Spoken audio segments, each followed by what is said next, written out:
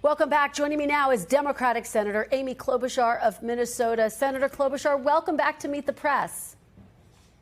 Thanks, Kristen. And happy Mother's Day. Happy Mother's Day to you. Thank you for spending part of your Mother's Day with us. We really appreciate it. I do want to start on the big news of the day. Of course, there are these trade talks underway in Geneva, Switzerland.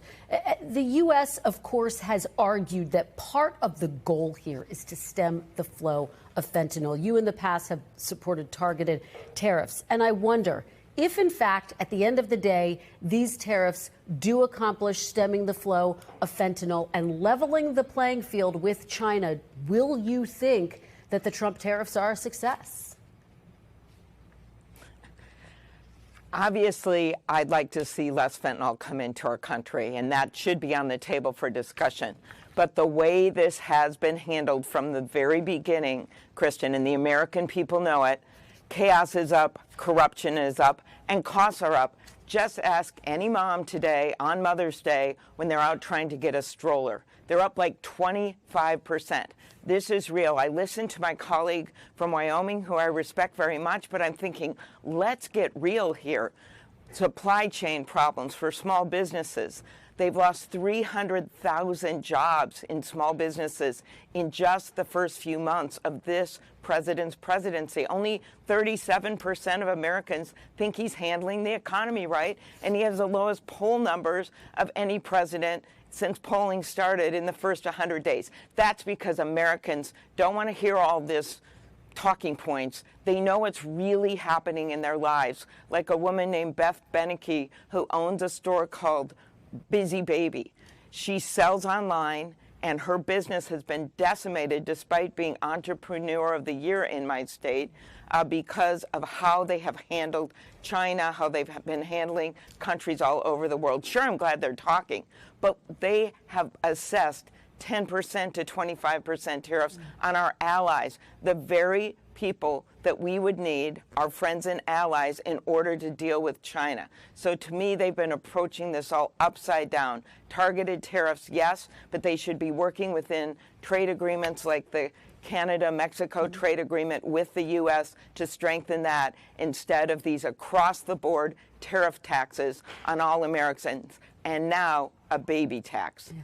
Senator, let me ask you about another part of my conversation, as you say, with your colleague, John Barrasso. I asked him about Stephen Miller coming out saying the administration is looking into the possibility of suspending habeas corpus. As I noted, the Constitution says that is a right that lies with Congress. What, if anything, will you do if the Trump administration does move forward to try to suspend habeas corpus? Do you believe you have any recourse?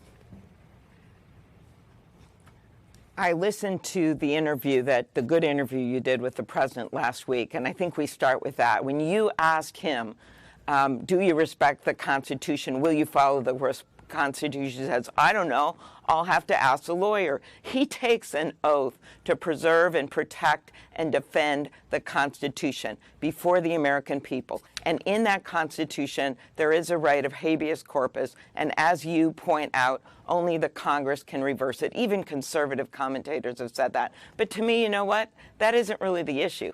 The issue is that Stephen Miller brings that up on a Friday just to throw it out there. You heard the reaction of John Barrasso. This is not what they're talking about in Congress. Why is he doing that? So you ask me about it on a Sunday show. I'm telling you right now, he's doing it because they don't want to focus on what's really in front of them, and that they have created havoc in our economy that was improving, and now we have people out there scared to death that they're not going to be able to get their Social Security because people aren't working there to answer their calls. They're not going to be able to get their Medicaid and be able to have their mom in assisted living. And yeah, their small businesses are folding. That's what's happening right now, and they don't want to deal with it. So they keep throwing out these things just so we all talk about them for 4 days, and I am frankly tired of it because, no, they're not going to reverse habeas corpus in the Congress. That's not going to happen. Well, Senator, you talk about the Constitution. Some of your colleagues, Senate Minority Leader Chuck Schumer, for example, says the United States is in a constitutional crisis right now. You have stopped short of saying that in recent interviews. Let me ask you now, do you think the United States is in a constitutional crisis? I've made very clear that we are heading closer to one.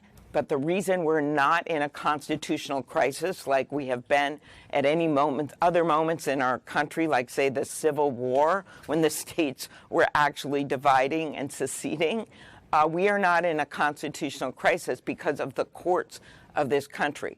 Over 100 of them, including multiple Trump-appointed judges, have stood up and said, hey, this is unconstitutional. You can't steal people's private data in Social Security, Elon Musk. You cannot freeze funds for medical research that a Democratic and Republican Congress have already allocated for life-saving cancer trials. That's what's been going on right now. It is a stress test on our Constitution, that's for sure.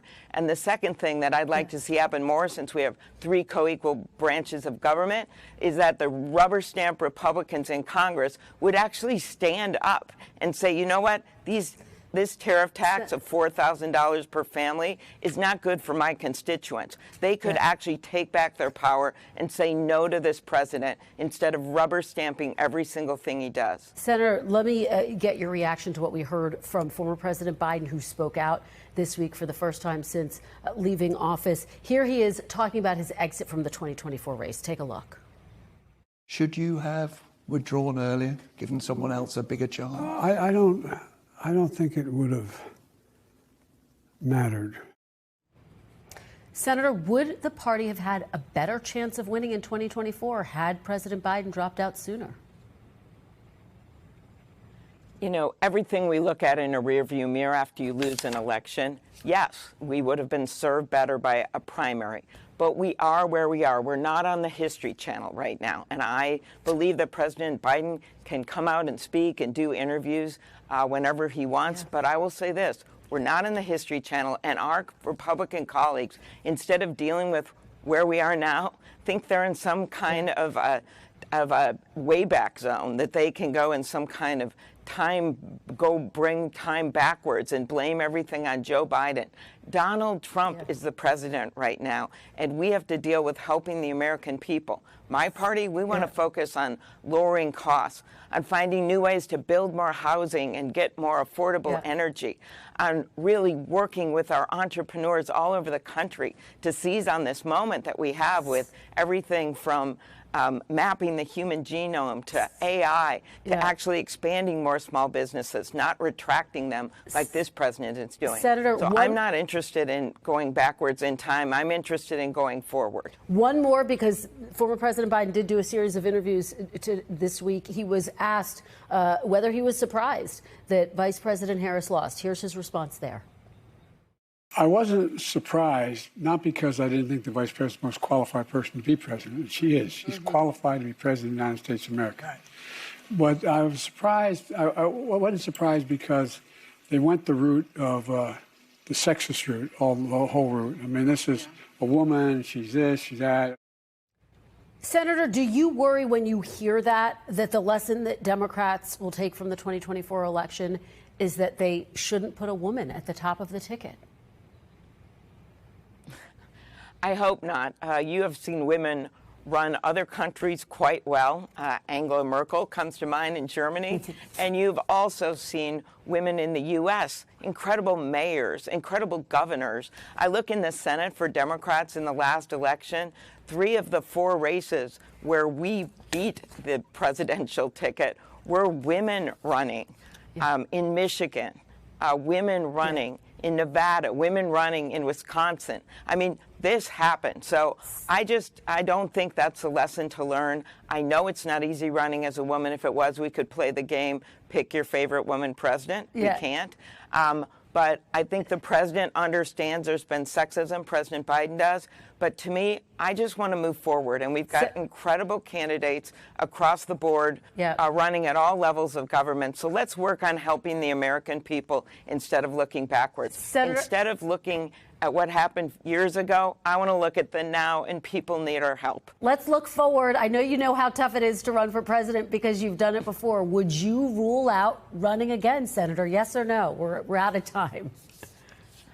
I am focused on my job right now. I'm third in leadership in the Senate, and we have a lot to do. And that means making sure people have got their Medicaid, their Social Security, and taking on these Trump tariffs that are hurting the American people and our economy and not helping small businesses.